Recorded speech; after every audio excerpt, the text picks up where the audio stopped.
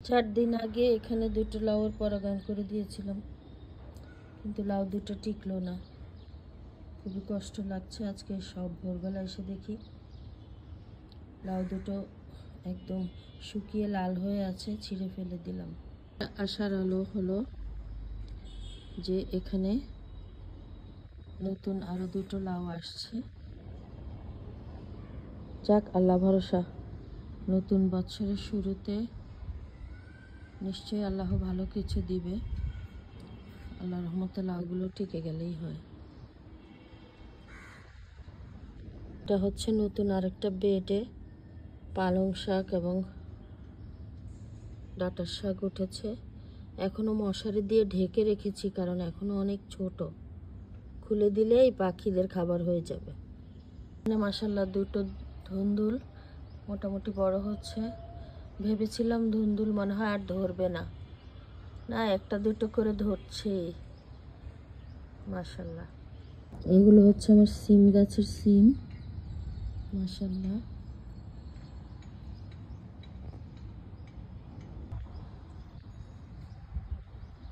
উপর দিকে দুটো তিনটে চারটা করে ধরছে, নিচের গুলো একটু বাড়তি হচ্ছে, উপরের গুলো এখনো কচি।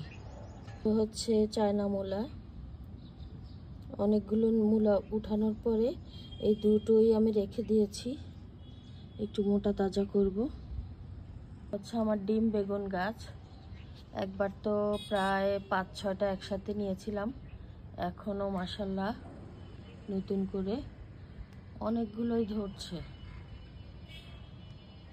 এগুলো না একসাথে ধরলে অনেকগুলো ধরে, কিন্তু বেগুনগুলো এত ছোট, দেখতে কিন্তু খুবই সুন্দর লাগে। কুমড়ো গাছে ফুল ধরছে, দুটো তিনটে করে ফুল ধরে। এখনো কুমড়ো বের হয়নি, তবে পুরুষ ফুল হচ্ছে অনেক। হচ্ছে আরেকটা সিম গাছ, এটাও গোড়া থেকে, এটাতে সিমগুলো হালকা, একটা ছড়াতে 3টা 4টা এরকম করে।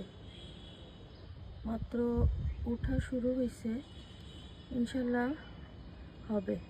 সিম গাছটা মাশাআল্লাহ পাতা টাতা অনেক জোরালো হয়েছে। এখন নতুন করে এখানে ফুল বের হচ্ছে। আশা করি এই গাছটাতে যখন সিম ধরবে অনেকগুলোই হবে। এখন আল্লাহ ভরসা, রিজিকের মালিক আল্লাহ। আল্লাহ ছাড়া কেউ জানে না কোন গাছ থেকে আমি ফল পাবো, কোন গাছ থেকে আমি ফল পাবো না। আল্লাহ। এটা হচ্ছে আমার লম্বা টমেটো গাছের টমেটো, মোটামুটি বড়ই হচ্ছে। আমি গাছের পাতাগুলো সব কেটে দিয়েছি যাতে টমেটোগুলো একটু ভালোভাবে পুষ্টি পায়। সে টক টমেটো, এটাতেও মাশাআল্লাহ অনেক টমেটোই ধরেছে। নতুন করে আরো ছোট ছোট বের হচ্ছে।